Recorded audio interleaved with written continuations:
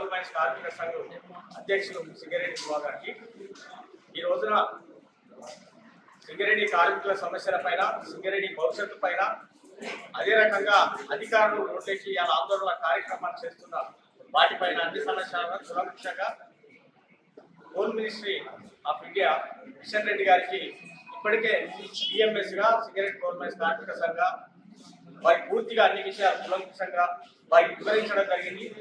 వాటి సమస్యలన్నింటిపైన సానుకూలంగా స్పందించడమే కాకుండా ఇలా సింగరేణి యాజమాన్యంతో సమీక్షా సమావేశం మరి పెట్టడం జరిగింది. అందులో భాగంగా బీజేపీ కూడా దానికి టీఎంఎస్గా వారు సానుకూలంగా మాకు మద్దతు చేయడం జరిగింది. వారికి పూర్తిగా కార్మికుల పక్షాన వారికి ధన్యవాదాలు తెలియజేస్తా ఉన్నాం. ఇలా సింగరేణిలో ఒక అరాచకమైన పాలన నడుస్తూ ఉంది. ఇలా విపరీతమైన రాజకీయ జోక్యంతో ఇలా సింగరేణిని అక్కడ అన్నం పెట్టే సంస్థను ఇలా చెరబట్టే కాంగ్రెస్ పార్టీ విధానాల వల్ల కార్మికుల భవిష్యత్తు ప్రశాంతమైన పరిస్థితి ఉన్నది.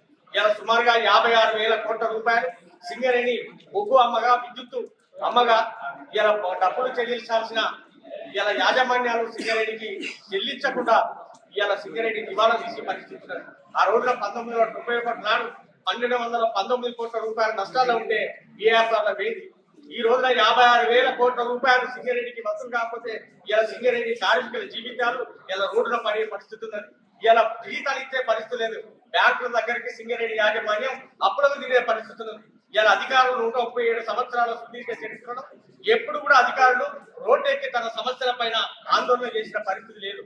ఇలా అధికారులు సైతం ఆందోళన కార్యక్రమాలు కూనుకున్నారంటే సింగరేణి ఏ రకంగా దివాలా తీసే పరిస్థితి దాపరించిందో అర్థం చేసుకోవాలి. మేము అడుగుతా ఉన్నాం, సింగరేణి యాజమాన్యం సింగరేణి పాలిస్తున్న పాలకులు వెంటనే ఒక పారదర్శకమైన పరిపాలన, సింగరేణి ఒక అడ్మినిస్ట్రేషన్ మార్చుకోవాల్సిన అవసరం ఉన్నది.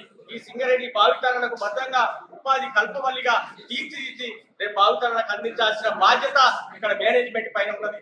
ఇలా రాజకీయాలకు తావు లేకుండా ఈ సంస్థను కాపాడే నిర్ణయాలే ఉండాలి తప్ప ఇలా రాజకీయ భోగాలకు సింగరేణి సంస్థను బలిపశువులు చేయొద్దని చెప్పి బిఎంఎస్ గా సింగరేణి కోల్ మైన్స్ కార్మిక సంస్థగా ఇలా సింగరేణి కాపాడుకునే క్రమంలో ఎలాంటి ఆందోళన పోరాట కార్యక్రమాలు చేయకుండా వెనకాడబోదని చెప్పి గ్రహించాలని చెప్పి కోరుతా ఉన్నాం. ఈ అవకాశం ఇచ్చిన మీ అందరూ కూడా ధన్యవాదాలు తెలియజేస్తాం.